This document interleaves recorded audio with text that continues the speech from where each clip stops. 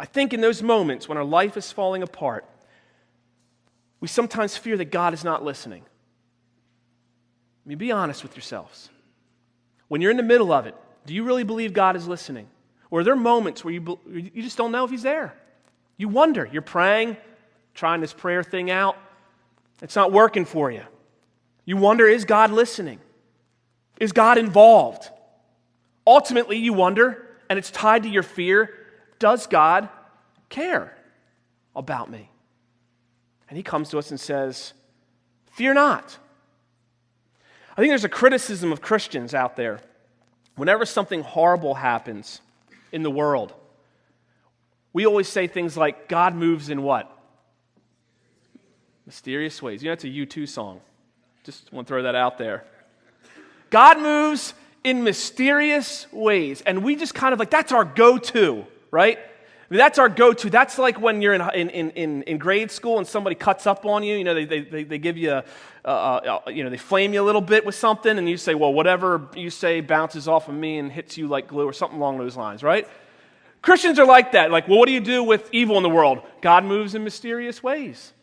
And people look at us and they want to take their hand and put it around our throat and shake us.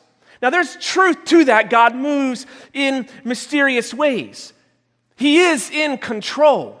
But there's this whole thing about evil out there, and so people come to us and they say, what's your answer for this? Why are there terrorists in the world? Why is there disease in the world? Why doesn't everybody have a job? Why doesn't everybody have a warm home right now? Why are there homeless people in the world? Why is there children being traded as slaves in this world? The most horrible things that are being done to them. Why is there injustice in the world?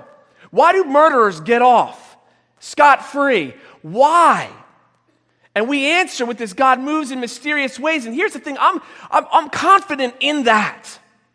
I'm confident more in this, is that God is sovereign over all of it. And that God does have a plan, and that this God can come to us in those moments when evil is coming down on us like an avalanche. And He can say, fear not. He's the only one who can do that. There's nobody else in this world, when the world's at war, when the world's having famine, when your child is sick, when you are sick, who can say, fear not. You see, I find great comfort in knowing that even at the worst of times, the most evil of times, God is listening, God is involved, God is caring, even when I don't understand His ways. You find comfort in that? That even at the worst of times, God says, fear not.